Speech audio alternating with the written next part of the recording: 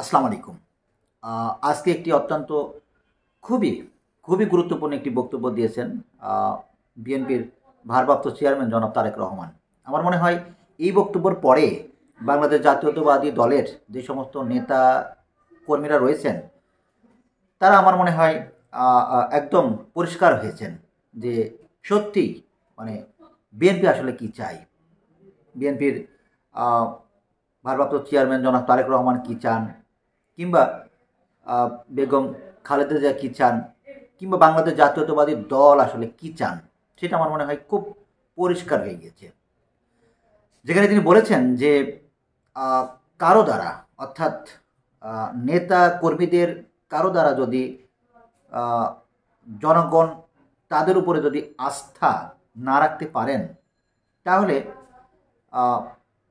BNP তাকে shelter দিবেন না কিংবা অন করবেন না।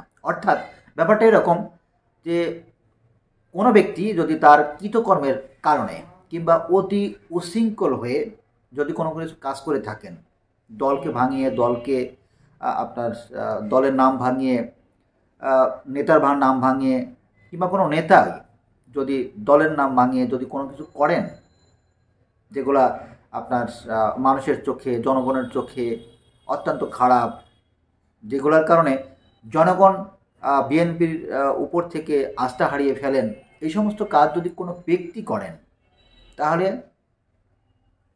বিএনপি থেকে যেটা বলা হচ্ছে তাকে বাঁচানোর জন্য কিংবা তাকে শেল্টার কোনো সময়ই এই বিএনপি দিবেন না।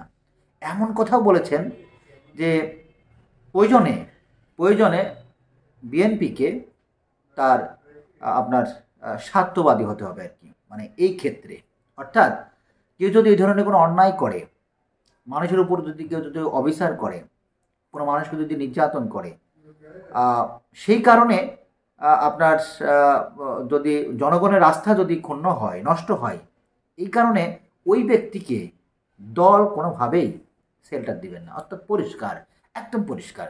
সুতরাং বিএনপির যে সমস্ত এখনও যারা রয়েছেন, যারা চাঁদাবাদি করছেন, যারা আপনার বাজার, আপনার ঘাট, কিংবা আপনার এই যে নানা ধরনের দখলের যে রাজনীতি করছেন, সেটা থেকে আপনাকে অবশ্যই বেরিয়ে আসতে হবে, অবশ্যই বেরিয়ে আসতে হবে। আপনি যদি এখন যদি এটা করেন, নিশ্চিতভাবে আপনার আগামীর যেই রাজনীতির যেই পথ যে প্রসারিত হওয়ার যে সম্ভাবনা, সেটা একদম বন্ধ হয়ে যাবে। সুতরাং আপনাকে অবশ্যই আপনার জায়গা থেকে একদম ক্লিন ইমেজের থেকে আপনাকে রাজনীতি করতে হবে। মনে রাখতে হবে, রাজনীতি করবেন শুধুমাত্র আপনি জনগণের জন্য। আপনার নিজের পকেটের টাকা দিয়ে আপনি জনগণের জন্য রাজনীতি করবেন, আপনি দলের জন্য রাজনীতি করবেন, দেশের জন্য রাজনীতি করবেন। আপনার ব্যক্তি স্বার্থের জন্য যদি আপনি আপনার দুর্নীতি, অনিয়ম, অবিচার এই সমস্ত সাথে যদি জড়িত থাকেন, তাহলে আপনার রাজনীতি করার দরকার নেই। একদম বিএনপি থেকে ক্লিয়ার তারা এটা বলে দিয়েছেন। সুতরাং এই জায়গায় আমার মনে হয় আর বিএনপিকে কিংবা বিএনপির ভারপ্রাপ্ত চেয়ারম্যান কিংবা এদেরকে আর মনে হয় দোষ না দিয়ে, দোষারোপ না করে, বরঞ্চ আমি, আপনি, আমাদের সকলের দায়িত্ব, বিএনপির নেতা কর্মীরা যদি এই ধরনের কাজ করে, তাহলে আমাদের সকলের দায়িত্ব হবে তাদেরকে এই আইনের আওতায় নিয়ে আসা, কিংবা তাদেরকে আইনের আওতায় দেওয়া, কিংবা তাদের বিরুদ্ধে আমাদের খোঁজ দেওয়া যদি কেউ এই ধরনের কাজ করে থাকে। অর্থাৎ কেউ যদি অন্যায়, অবিচার, ঘাট দখল, জমি দখল, মাঠ দখল, আপনার নানা ধরনের প্রতিষ্ঠান দখল, এই ধরনের কর্মকাণ্ডের সাথে যদি জড়িত থাকেন, অবশ্যই তাদেরকে আপনার আইনের আওতায় কিংবা দল থেকে বহিষ্কার কিংবা নানা ধরনের এই পদক্ষেপ নেওয়ার জন্য আপনি সহযোগিতা করবেন। সর্বশেষ আমি যেটা বলছি, অত্যন্ত গুরুত্বপূর্ণ একটি কথা বলেছেন, আস্থা হারান এরকম কোনো কর্মকাণ্ডের সাথে আপনারা জড়িত থাকবেন না। অবশ্যই জনগণের আস্থা নিয়েই আপনাদেরকে আগামীর সুষ্ঠু, সঠিক গণতান্ত্রিক নির্বাচনের মধ্য দিয়ে আপনাদেরকে অবশ্যই ক্ষমতায় আসতে হবে।